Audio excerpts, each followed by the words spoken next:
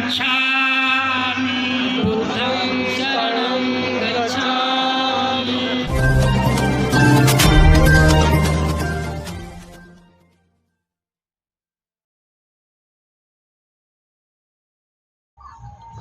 जय भीम नमो बुद्धाय। साथियों, आज मैं लेकर चलती हूँ आपको एक ऐसी शादी में जहाँ पर ना तो कोई कन्यादान होगा, ना ही कोई दहेज होगा, ना ही किसी तरह की वो परंपराएं होंगी जिन परंपराओं को आज तक हम ढोते आए हैं। और यहाँ पर आप देख पा रहे होंगे कि पंचशील के झंडे लगे हैं। पंचशील के झंडों से आप समझ गए होंगे कि ये शादी कितनी ऐतिहासिक है। ऐतिहासिक मैं इसलिए बोल रही हूँ क्योंकि हम अक्सर देखते हैं कि बौद्ध धर्म से होने वाली शादियाँ हमेशा ऐतिहासिक होती है और उन शादियों में किसी भी तरह का पाखंडवाद नहीं होता है और वो शादियाँ अपने आप में बहुत ही महत्वपूर्ण और जागरूकता वाली शादी होती है। जैसे कि आप देख पा रहे होंगे कि यहाँ पर पूरी पट्टी पंचशील की लगी हुई है। ये बहुत ही आकर्षण का केंद्र है और इस शादी में हम देख पाएंगे कि जो बुद्धा डेकोरेशन है वो बहुत ही सुंदर और आकर्षित तरीके से किया गया है, जो कि लोगों के एक विशेष आकर्षण का केंद्र बना हुआ है। आइए मैं आपको अंदर लेकर चलती हूँ। जैसा कि आप देख रहे होंगे कि यहाँ पर जिस सुंदर तरीके से ये रोहिणी का इलाका है, रोहिणी सेक्टर 11 का।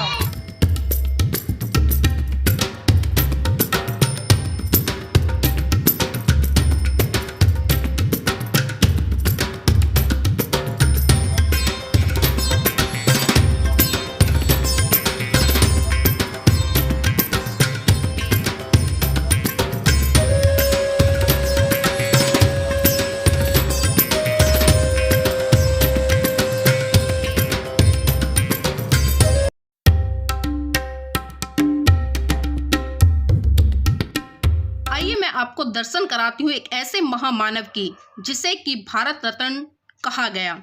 जी हाँ, वही भारत रत्न परम पूज्य बाबा साहब जिन्होंने इस देश का संविधान लिखा। और उसके बाद आते हैं महाकारुणिक तथागत बुद्ध जिन्होंने इस पूरे विश्व को शांति, करुणा, मैत्री, भाईचारे का संदेश दिया।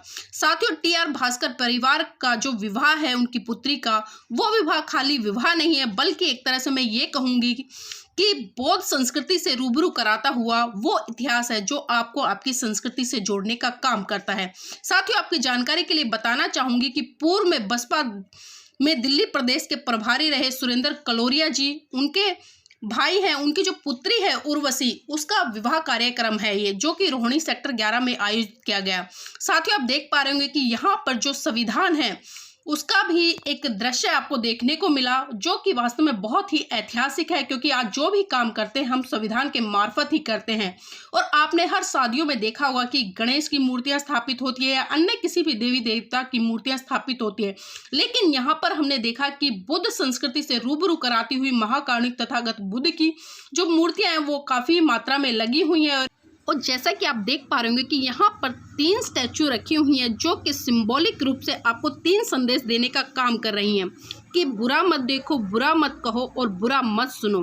साथियों, वैसे तो कहा जाता है कि ये गांधी के 3 बंदर है, लेकिन यहाँ पर हम इनको संदेश के रूप में देख रहे हैं। और जिस तरह से इस देश के लिए महाकारुणिक तथागत बुद्ध ने पंचशील देकर इस देश के कल्याण के लिए और पूरे विश्व के लिए काम किया, शायद वो आज तक किसी भी विभूति ने नहीं किया। इसलिए हमारा दायित्व बनता है कि हमें बुद्ध संस्कृति को प्रचारित व प्रसारित करने के लिए बड़े स्तर पर काम करना चाहिए।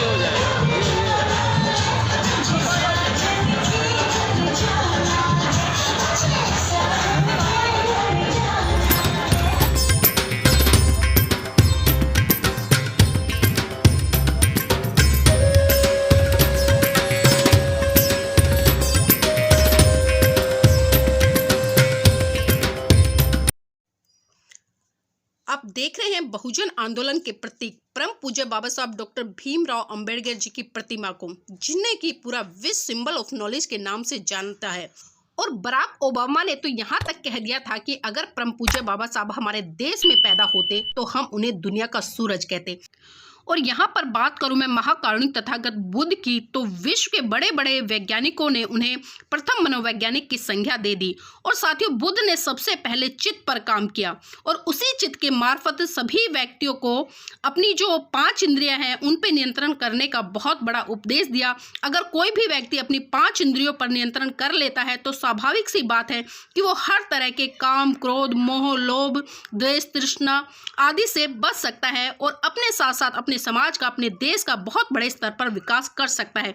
तो साथियों, इस तरह के विवाह बहुत बड़ा संदेश देते हैं समाज में और हमें इस तरह के विवाहों से सीख लेनी चाहिए कि किस तरह से एक बौद्ध परिवार, बौद्ध संस्कृति को स्थापित करने के लिए आज भरसक प्रयास कर रहा है और अपनी संस्कृति को आगे बढ़ाने के लिए अपने विवाह कार्यक्रमों में, अपने जन्म के कार्यक्रमों में और भी न जाने जितने कार्यक्रम उनके होते हैं उनमें बुद्ध संस्कृति को प्राथमिकता देता नजर आता है, जो कि बहुत ही अच्छी बात है। और यहाँ पर हम खासकर भास्कर परिवार जी को बहुत बहुत मंगल कामनाएं देंगे कि उन्होंने इस कड़ी में बहुत ही महत्वपूर्ण कदम उठाया और जितने भी यहाँ पर लोग आए उन्होंने देखा कि किस तरह से बौद्धों के संस्कार होते हैं, किस तरह से बौद्ध लोग अपने वैवाहिक जीवन को सफल बनाने के लिए बड़े ही साधारण तरीके से किसी भी तरह के कर्मकांड को ना कर कर, किसी भी तरह के पूजा पाठ को ना कर कर, किसी भी तरह के जो 7 फेरे होते हैं या मंगलसूत्र होता है या मांग भरना होता है, उनको एक साइड में कर कर आज भास्कर परिवार ने एक उदाहरण पेश किया है समाज के सामने कि आप साधारण और सिंपल तरीके से विवाह करेंगे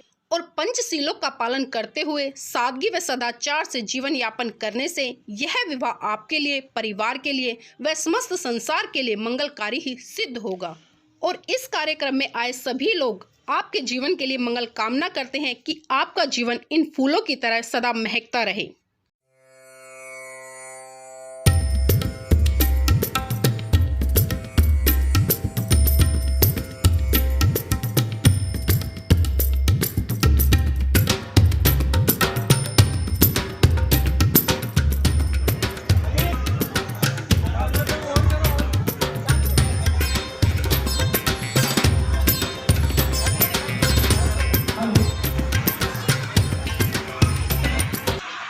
भास्कर की सपुत्री उर्वशी का यह विवाह संस्कार रवि कुमार जो टेंट में है उनके साथ अभी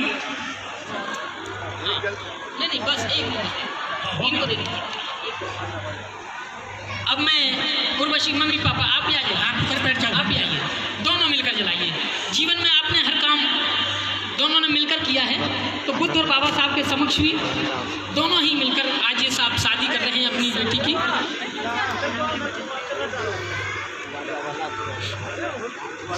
घनसार नमो नतु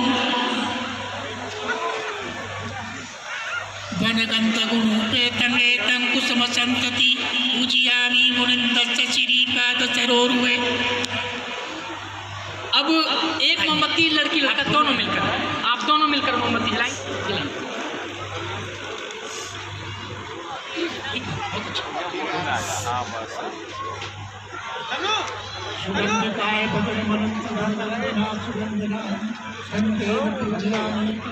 बुद्धं नमामि, धम्मं नमामि, संघं नमामि,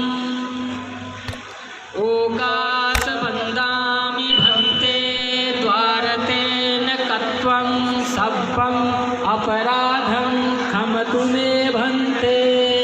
ओकास अहं वन्दामि भन्ते त्रिशरणेन सह पंचशीलं धम्मं याचामि अनुगहं कत्वा शीलं देथ मे भन्तामि धम्म देथा भन्ते। नमो तस्य भगवतो अरहतो सम्मा सम्बुद्धस्स।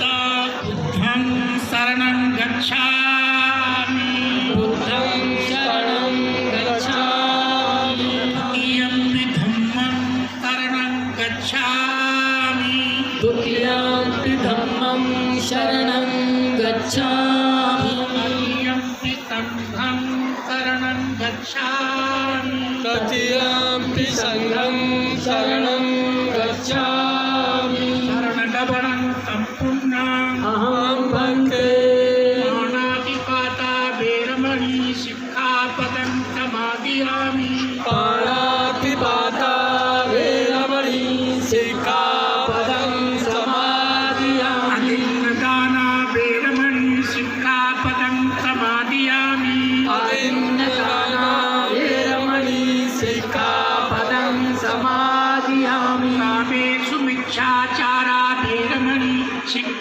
पदं समादयामि कामेषु मिच्छाचारा वेरमणि सिक्खापदं समादयामि मुसावादा वेरमणि शिक्षापदं समादयामि मुसावादा वेरमणि सिक्खापदं समादयामि कामेरयमज्जपमादठाना वेरमणि शिक्षापदं समादयामि सुरामेरयमज्जपमादठाना वेरमणि सिक्खापदं समादयामि सर्वसद्दिन पंचशील धम्मं साधुकं सुरक्षितं अत्वा अपमादेन सम्पादे तब्बम् अहं वन्दे साधु साधु साधु।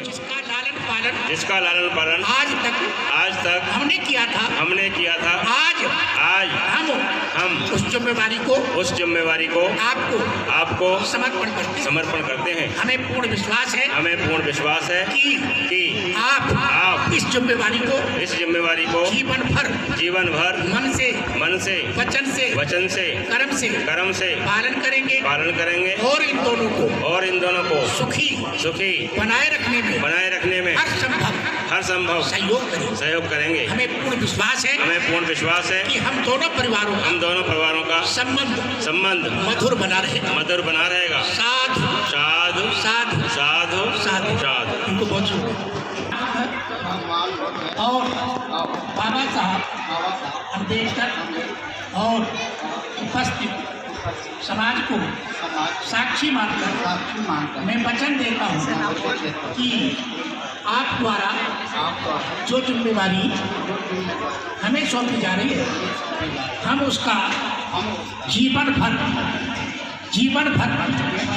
पालन करेंगे और इन दोनों को सुखी बनाए रखने में हर संभव प्रयास करेंगे। हमें पूर्ण विश्वास है कि हम दोनों परिवारों का संबंध मधुर बना रहेगा। साधु साधु साधु। और बाबा साहब अम्बेडकर और उपस्थित समाज को साक्षी मानकर आज मैं अपने को श्री रवि कुमार की पत्नी के रूप में समर्पण करती हूँ और उन्हें पति के रूप में स्वीकार करती हूँ। इस प्रतिज्ञा को जीवन भर मन से वचन से कर्म से पालन करूंगी। इस संबंध में कभी किसी को शिकायत का अवसर नहीं आने दूंगी। साधु साधु साधु। भगवान बुद्ध और बाबा साहब अम्बेडकर और उपस्थित समाज को साक्षी मानकर आज मैं अपने को कुमारी उर्वशी के पति के रूप में समर्पण करता हूँ और उन्हें पत्नी के रूप में स्वीकार करता हूँ। इस प्रतिज्ञा को जीवन भर मन से वचन से कर्म से पालन करूंगा। इस संबंध में कभी किसी को शिकायत का अवसर नहीं आने दूंगा। साधु साधु साधु साधु। इच्छितं पतितं तुम्यं कित्वमेव समिच्छतु सभ्ये पूरयन्तु चित्तसङ्कल्पा चन्दो पर्वतो यथा सद्भीतियो विगच्छन्तु सत्फलोगो विंशतु नाते भगवन्तरायो सुखी दीर्घायुः। तुम्हारी चाहिए हुई सभी वस्तुएं पूर्णिमा के चंद्रमा की तरह पूरी हो। आपके माता पिता और परिजन से देखिए अभी आपने ये देखा कि कन्या के माता पिता ने अपनी पुत्री को वर और घर के माता पिता को समर्पित किया कि जिस बेटी का लालन पालन आज तक हमने किया था आज हम इस जिम्मेवारी को आपको सौंप रहे हैं। वर के पिता ने स्वीकृति दी कि जो जिम्मेवारी आप हमें सौंप रहे हैं हम उसका जीवन भर मन वचन कर्म से पालन करेंगे और इन दोनों को सुखी बनाए रखने में कोई कसर नहीं छोड़ेंगे। फिर कन्या ने अपने को समर्पण किया वर के लिए कि मैं आज से आपकी पत्नी के रूप में समर्पण करती हूँ, तो आपको पति के रूप में स्वीकार करती हूँ। इस प्रतिज्ञा को जीवन भर पालन करूँ। फिर वर ने अपने को समर्पण किया कि मैं आज से आपके पति के रूप में समर्पण करता हूँ और आपको पत्नी के रूप में स्वीकार करता हूँ। भगवान बुद्ध ने कहा गृहस्थ जीवन बड़ा पवित्र जीवन है और इसकी पवित्रता जब ही सार्थक है कि जब पति और पत्नी दोनों अपनी अपनी जिम्मेदारियों का पालन करें। भगवान बुद्ध ने पति और पत्नी के लिए पांच नियम बताए हैं जो उन्हें अपने जीवन में पालन करने होते हैं। तो रवि कुमार जी से कहूँगा कि देखिए एक पति को अपनी पत्नी के प्रति देखिए 1 2 3 साधु साधु साधु साधु 2 दौड़ लगाई मुद्दे जी 3 साधु साधु सभी को हाथ जोड़ के मैंने तो ढाई जरूरी करो सबको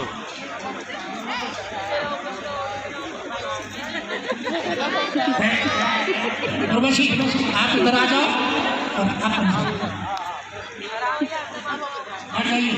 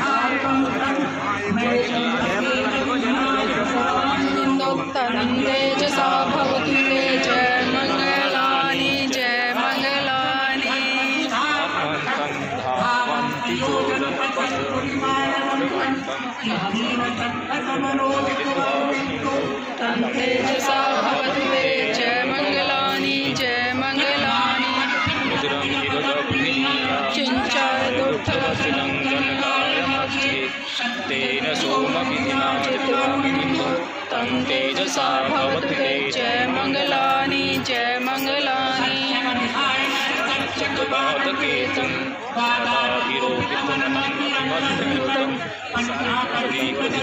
चित्तवामुनिन्दो तं तेजसा भवतु ते जय मंगलानि जय मंगलानि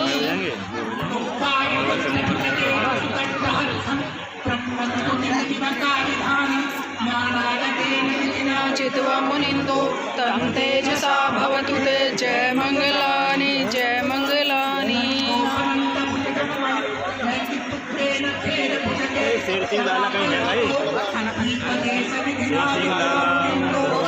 तेजसा भवतु ते जय मंगलानि जय मंगलानि मंगलानि जय मंगलानि। मेरा तो पहले हो गया है।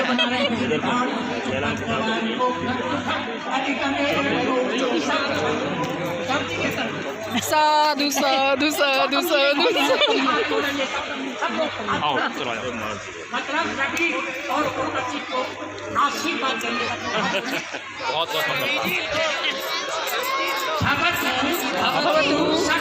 सब मंगलम विवाह मंगल संपन्नो वरवधू सुखी हंतु वरवधू सुखी हंतु वरवधू सुखी हंतु।